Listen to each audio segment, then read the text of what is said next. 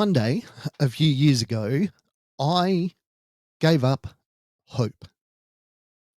I gave up wishing that things could get better in my life. I had convinced myself that there was nothing to live for. And in fact, if I continued living, I'd be hurting the people around me. I tried very hard to take my own life. I ended up lying in a gurney in a um, hospital car, an ambulance. And it was there that I didn't find hope, but I found a reason. And that reason has stayed with me through all the ups and downs that I've had since that day. I want to explain this to you. I want to explain how it's important. And I want to help you to try and understand somebody that comes to you and says, I have no hope. Welcome to Shattered the Podcast. STP is the story of my journey from the depths of mental illness to a place where I could live again. There was a man in San Francisco, you can look him up, who tried to kill himself by jumping off the Golden Gate Bridge. He survived beyond miraculously. Of the thousands of people that have jumped off the Golden Gate Bridge, only 19 have lived. 19. Now, when this gentleman recovered and realized that suicide was not what he wanted, he decided to go around and interview all the other people that had survived, the ones that were still living. And he said it was interesting because when he jumped off the Golden Gate Bridge, as soon as his hand left the railing and he was free falling, he realized that it's not what he wanted. He did not want to die. When he interviewed all the other survivors, they said exactly the same thing. As soon as they had pulled the trigger, as soon as they had jumped off the bridge and they were free falling, there was no way to get back on the bridge, all of them said that on the way down, they felt nothing but regret. They did not want to die. Now, I understand very, very well the feeling that would make somebody take that leap. I really do.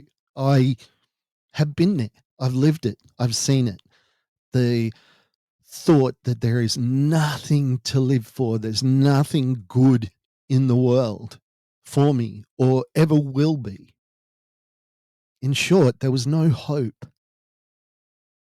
Now, in Christianity, hope is a big deal. So when you don't have hope all of a sudden, and all those euphemisms that you learn in church, without a hope, people perish, I just assumed that that was the end.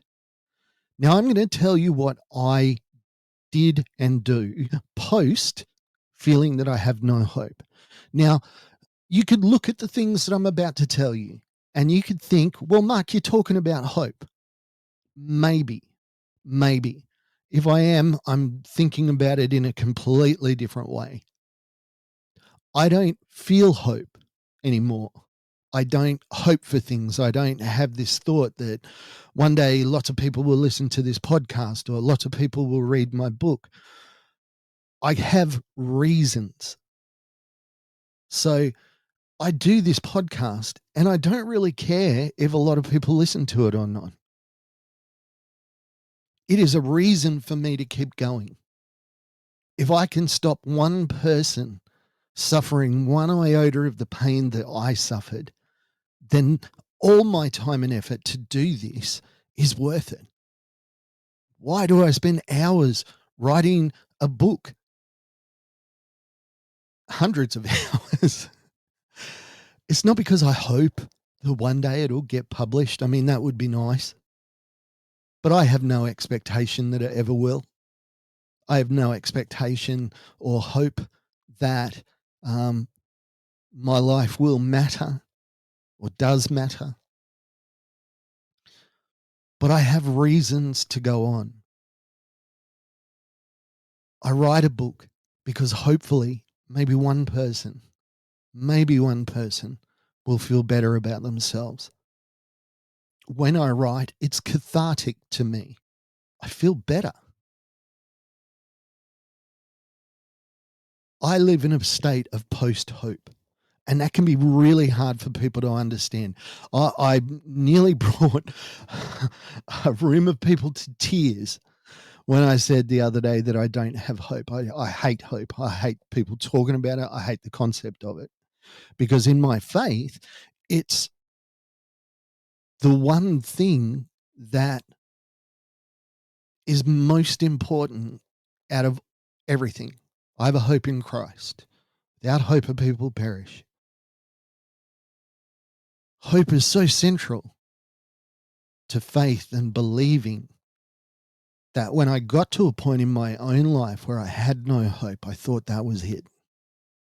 And I did. I tried to take my own life.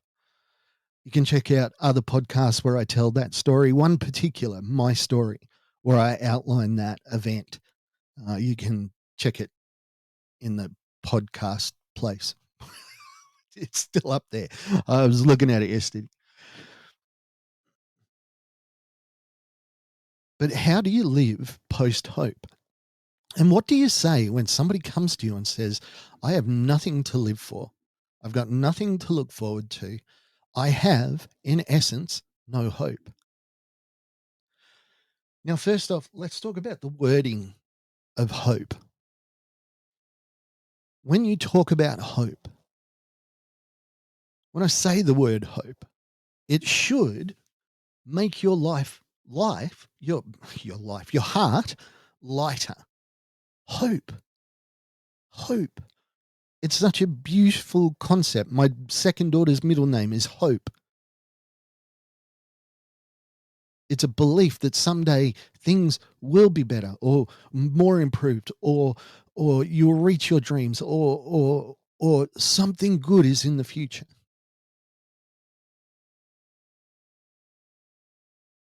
There is an expression in England that says it's the hope that kills you. It's not believing, it's not understanding, it's hoping that things will get better. It's looking to the future and not understanding why, but believing that things will get better. They say this because hope dashed is worse than no hope at all. It's harder for somebody who has never understood a life outside of hope for them to suddenly have that taken away. And when I say suddenly, I mean over time. It would be easier to have never had hope at all. It's a big statement, and I know a lot of my friends that are church people are going to be listening to this, and I will probably get some phone calls, but you don't need to worry about me because while I don't have hope, I have reasons. Reasons being first and foremost, I'm lying on the gurney in the ambulance, the hospital car, in the ambulance, and all I could think of is that I didn't want to die. I didn't want to be in a box under the ground. I didn't want to be in an urn. I just wanted the pain to stop. But more than that, more than wanting the pain to stop, all I wanted to do was be at home with my wife. That may seem odd, but home with my wife is the safest place for me. I feel completely safe when my wife is there. Even if she's out the back doing the gardening, I still feel safe because she's around. She is home to me. Now, I would argue that there is no hope there. It is a reason. Now, my kids, I do not hope that they will one day say that I'm a good father. I don't do the things that I do to them with an understanding or a thought of hopefulness. But I have reasons. They are my kids. They deserve the best that they can get from me. I once had a guy tell me a story, and he was contemplating taking his own life. He was going to do it. He was going to pull the trigger. It was going to happen. But the new Star Wars film was coming out in a couple of months. Now, this might sound flippant, but for him, it was a legitimate reason to keep going on. The voices in his head were screaming at him, "You're going to kill yourself. You need to kill yourself." And he's like, "Yeah, I do, but I really want to watch Star Wars." When he told the story, my immediate reaction was, "Oh, geez, I hope it wasn't the Phantom Menace that he was waiting for, because that might just push him over the edge." But seriously, by the time the movie came around, he had found other reasons. Does that make sense? You find a reason once, then you find another reason, then you find another reason, then you find another reason. And then finally you're so ingrained in those habits of, I'm doing this for a reason, that you don't even think about hope anymore. You don't feel excluded from the hope club because you don't really need it, because you've got those reasons. Now, you're going to argue, Mark, you've just found hope. No, I disagree. And I truly hope that you'll listen to what I've said without blinders on. If a friend came to me and said, I have no hope, the worst thing in the world that I can say is, oh, mate, one day things will get better. It'll be okay. It's the worst thing to say, because he's already decided that, no, it will never be okay. No, it will never be good. No, I have nothing to look forward to. There will be nothing in my future. So when I turn around and say, oh, mate, it will be better one day, just hang around, that's no good. But can I find a reason? Can I help him or her discover a reason to keep going? And that reason is going to be different for everyone. I am lucky. My reason is the person that I would want to be with no matter what.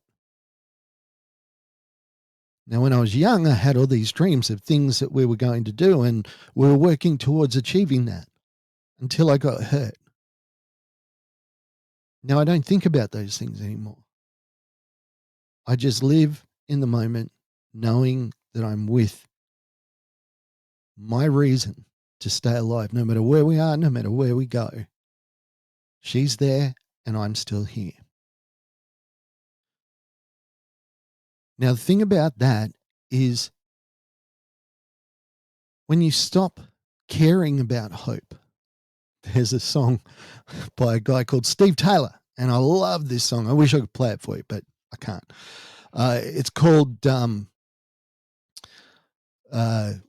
title's in the quote I'm going to give you. It's Life Unwinds Like a Cheap Sweater. It's such a powerful image. And then he goes on, but since I gave up hope, I feel a lot better. It's curious how those lyrics that I heard maybe 30, 35 years ago have lived with me ever since, because they're so odd and weird. And now they're true to me and my life. If I don't think about hope, if I don't pursue hope, I can't get let down. Now, you might say that this is a sad existence. I don't think so. Because the thing about mental illness, and we've said this before, when you're at the worst of times, all you need to do is be patient. Okay, your friend comes to you and says, I'm going to kill myself. What are you going to do about that?